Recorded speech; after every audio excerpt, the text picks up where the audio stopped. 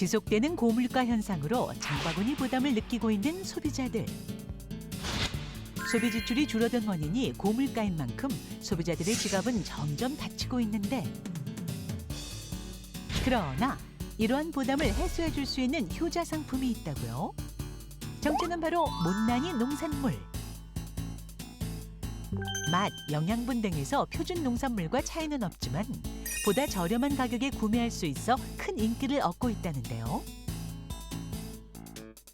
장바구니 비용이 가벼워지는 선택, 가성비 상품에 대해 자세히 알아봅니다.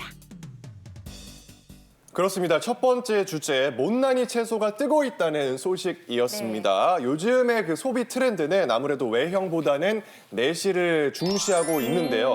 이 못난이 채소가 최근 비싸고 좋은 상품만 고집하던 백화점까지 우와. 점령을 했습니다. 그래서 이런 기사들도 뜨고 있고요. 네, 못난이 채소 판매량이 2배 올라가고 뭐 B급 농산물 인기 뭐 이런 뉴스들인데 저는 저만 좋아하는 줄 알았는데 이제 대중적인 인기를 얻고 있나 봐요. 네. 왜 그럴까요? 맞습니다. 일단 못난이 채소, 못난이 과일 정말 뭐 생긴 거는 못났어도 맛은 뛰어나다. 그래서 주부님들에게 큰 인기를 얻고 있는데요.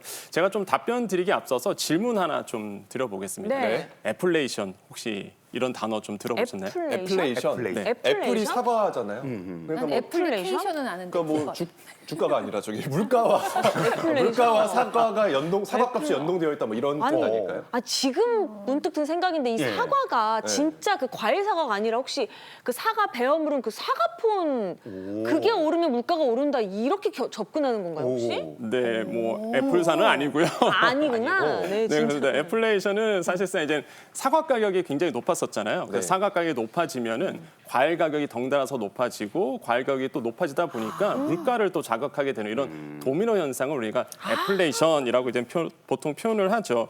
이게 물가 상황을 좀 보시면은 좀 이해가 좀 빠를 것 같은데요. 네. 일단 보시면 농산물 물가 상승률이 무려 2024년도 기준으로 보면 10.4% 어머나. 이렇게 나왔습니다. 깜짝 정말 많이 올랐죠. 네. 2023년도 직전 연도와 비교해 보면은요 4%포인트 이상 더 오른 거예요. 이게요 무려 14년 만에 가장 큰 상승폭이라고 보통 와. 볼 수가 있겠습니다. 그런 원인을 본다 그러면 당연히 기후 이상이라고 보시면 됩니다. 여러분 혹시 작년 기억하세요? 작년에 네. 3월에 보면은요 덥지 않으셨어요? 기억나십니까? 더웠어요. 더웠어요. 네. 그다음에 장마도 굉장히 빨리 왔습니다. 맞아요. 그러다 보니까 뭐 기후가 사실상 이렇게 이후 현상이 일어나다 보니까 기후가 이상 현상이 일어나다 보니까 당연히 작황이 좋지가 않았고요. 작황이 좋지도 않다 보니까 사실 공급량이 줄어들게 되고 가격이 뜰 수밖에 없는 구조로 이제 갖게 됐다는 거죠. 그래서 실제 생산량을 조사해 봤더니 한 10에서 30% 정도 생산량이 감소가 됐습니다. 그러다 보니까 이제 가격이 이제 계속적으로 뛰었고요. 그래서 이제 시장에서 이런 못난이 채소, 못난이 과일이 이제 하나의 대안으로 찾아오게 된 거죠. 그러네요. 심지어 이게요 가격이 어느 정도 차이 나냐면요, 실제 이제 일반적인 상품보다 적게는 30%, 많게는 60% 저렴하다고 합니다. 사야지. 그러니 주부님들의 사랑을 받을 수밖에 없겠죠. 그러네요. 실제로 제가 뭐 주부처럼 살고 있는 입장에서 매일매일 요즘은 채소, 과일 가게 가서 못나기 과일을 사요. 왜냐면 네. 어차피 먹는데 1초밖에 안 걸리거든. 잘라놓으면 다 똑같아요. 그러니까 그러니까요. 똑같고 맛있어. 그리고 또 내일 조금씩 사고 약간 그렇게 하는 게 좋은 것 같더라고요. 맞아요. 네. 네. 근데 저는 좀 걱정되는 게 그 사과값 막 올랐을 때 네. 저는 이제 지난 가을에 사과만 잘 열리면 우리의 모든 걱정은 끝인 줄 알았었어요. 근데 배추값 오를지 그렇게 알았나요? 우리가 몰랐잖아요. 그러니까 뭐 기후가 자꾸 변해서 뭔가 이상한 현상이 생기는 게 뭐 한 해, 두 해 일이 아니고 앞으로도 계속 될 수도 있겠다. 그러면 올해도 채소 가격이 또 변동이 있을 수도 있겠다. 이런 생각이 드는데 네. 저의 이 예감은 뭐 적중할까요? 어떨까요? 네, 사실 안타깝게도 올해도 채소값이 또 오를 가능성이 높습니다. 세상에. 네, 사실 세 가지 이유 정도가 있는데요. 앞에서 말씀하셨듯이 그 이상 기후 때문이 가장 큰 이유입니다. 지난해 같은 경우에는 사실 봄부터 굉장히 더웠기 때문에 농산물 생산량이 10에서 30% 정도 줄었거든요. 그런데 올해도 이런 이상 기후가 지속되면서 이제 작황이 줄어들 가능성이 높습니다. 그리고 사실 이제 환율이 올랐거든요. 이제 환율이 오르게 되면 수입하는 농산물의 가격도 오르게 됩니다. 그리고 또 작년보다 유가도 올랐습니다. 이 유가가 오르게 되면 농사를 짓는 데 필요한 비용도 상승하게 되고 이 비용이 고스란히 소비자들한테 또 전가가 되는 거죠. 또 안타까운 거는요. 우리가 자주 먹는 이 고등어, 오징어 이런 생선들의 가격도 올해 오를 가능성이 높은데요.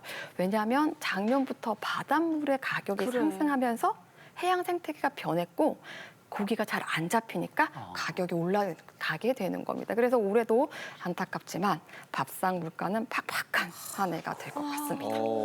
바닷물 온도까지 오른대요. 네. 아무리 팍팍해도 전문가님 이제 명절이 코앞으로 다가왔습니다. 그러니까요. 계속 이런 식으로 가다가는 우리의 마음이 아파요. 이거 뭐 방법이 없을까요? 네, 그래서 두 가지 방법이 있습니다. 두 가지요? 두 가지 방법 네. 배워보자. 첫 번째는요, 앞에서 말씀하셨던 못난이 채소와 과일을 적극적으로 활용을 하는 건데요. 사실 저도 이걸 한번 찾아봤습니다.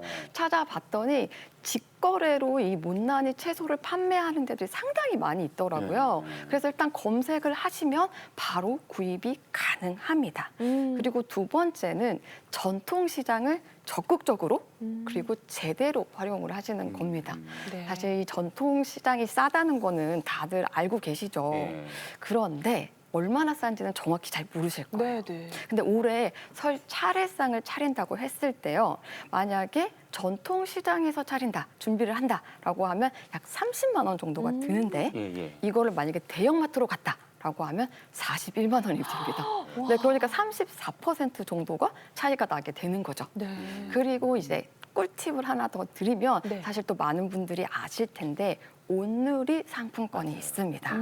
설 전후로 해가지고 기존의 10%에서 15%까지 이제 할인율이 확대가 되게 되어 있고요. 그리고 요거를 그냥 상품권으로 사는 게 아니라 이제 디지털로 구매를 하실 수가 있거든요.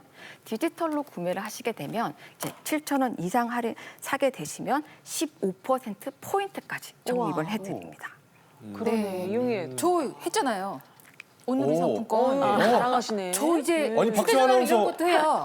종이로 된 상품권만 쓰시는 줄 알았는데 디지털 상품권. 모바일 상품권을 또 활용하시네요. 또 동네 엄마들이 또 15% 할인했다고 네. 또 사더라고요. 그래서 따라서 한번 사봤는데 네. 아직 써보진 않았는데 써야지, 저도 한번 이제. 시장 한번 이게 되게 가보려고. 편한 게 뭐냐면 이제 네. 사놓으면 네. 그때 카드 등록을 하나 해놔요. 네. 그러면 우리 카드 신용카드 쓰듯이 쓰면은 네. 온누리 상품권 차감이 돼요. 그렇다고 하더라고요. 그러니까 그냥 편하게 쓸 수 있어요. 저는 뭐 한 1년 전부터 쓰고 있어요. 아 진짜?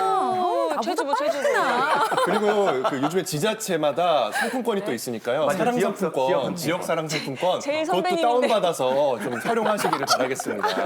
할 게 많아요 아직. 네. 열심히 배워서 네. 저도 부자 되겠습니다. 네. 네. 근데 지금 일단 명절 다가오잖아요. 네. 또 걱정되는 게 있습니다. 음식 걱정, 그리고 이제 뭐 차 가져가시는 분들은 기름값 걱정, 교통수단 기름값. 이용하시는 분들은 교통수단 네, 걱정. 많이 올랐어요. 이 모든 걸 다 아우르는 것은 바로 돈 걱정인데요. 관련된 팁이 좀 있을까요, 여미사님? 네. 먼저 이제 음식 장만은 앞에서 잘 말씀해 주셨기 때문에 그거 좀 참고하시면 될 것 같고요. 이제 돈 걱정하고 이제 막히는 차 걱정이 좀 있으실 것 같긴 한데 이 돈 걱정은 일단 각 지자체 한번 홈페이지 들어가시면 확인이 가능한데요.